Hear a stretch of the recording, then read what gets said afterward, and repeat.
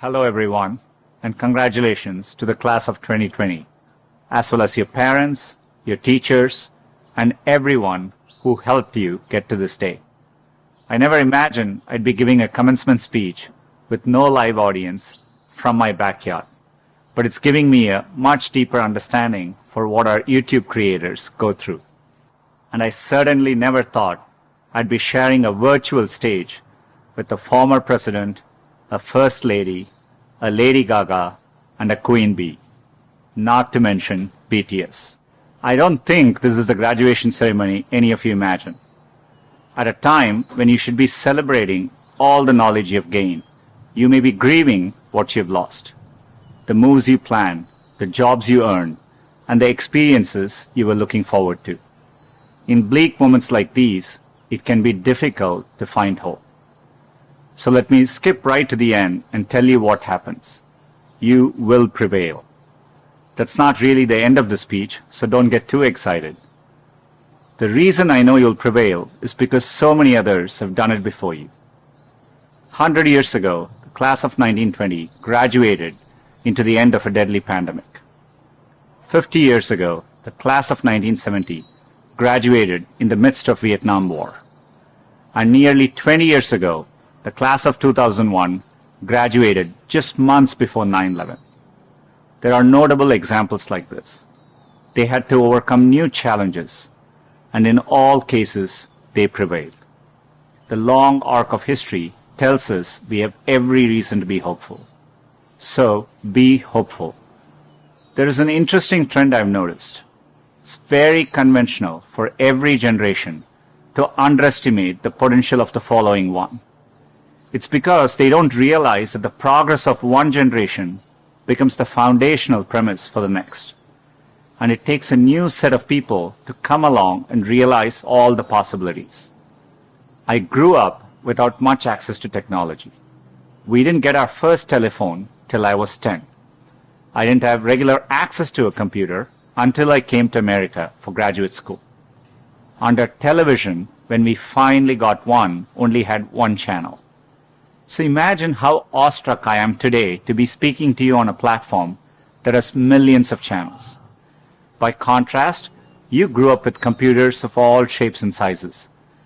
The ability to ask a computer anything, anywhere, the very thing I've spent my last decade working on, is not amazing to you. That's okay.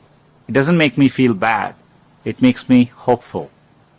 There are probably things about technology that frustrate you and make you impatient. Don't lose that impatience. It'll create the next technology revolution and enable you to build things my generation could never dream of. You may be just as frustrated by my generation's approach to climate change or education. Be impatient. It'll create the progress the world needs.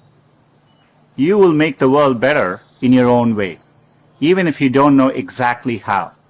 The important thing is to be open-minded so that you can find what you love. For me, it was technology. The more access my family had to technology, the better our lives got. So when I graduated, I knew I wanted to do something to bring technology to as many others as possible. At the time, I thought I could achieve this by building better semiconductors. I mean, what could be more exciting than that? My father spent the equivalent of a year's salary on my plane ticket to the US so I could attend Stanford. It was my first time ever on a plane. But when I eventually landed in California, things weren't as I had imagined. America was expensive. A phone call back home was more than $2 a minute, and a backpack cost the same as my dad's monthly salary in India. And for all the talk about the warm California beaches, that water was freezing cold. On top of all that, I missed my family, my friends, and my girlfriend, now my wife, back in India. A bright spot for me during this time was computing. For the first time in my life, I could use a computer whenever I wanted to. Completely blew my mind.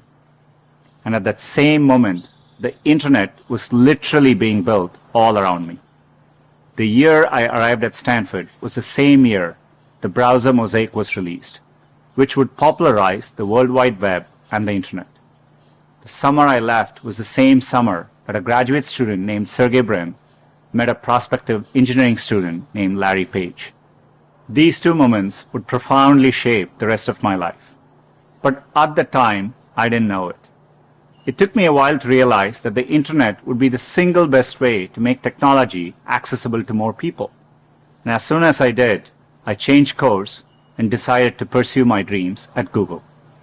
Inspired by the wonder that first browser created in me, I led the effort to launch one called Chrome in 2009 and drove the effort to help Google develop affordable laptops and phones so that a student growing up in any neighborhood or village in any part of the world could have the same access to information as all of you.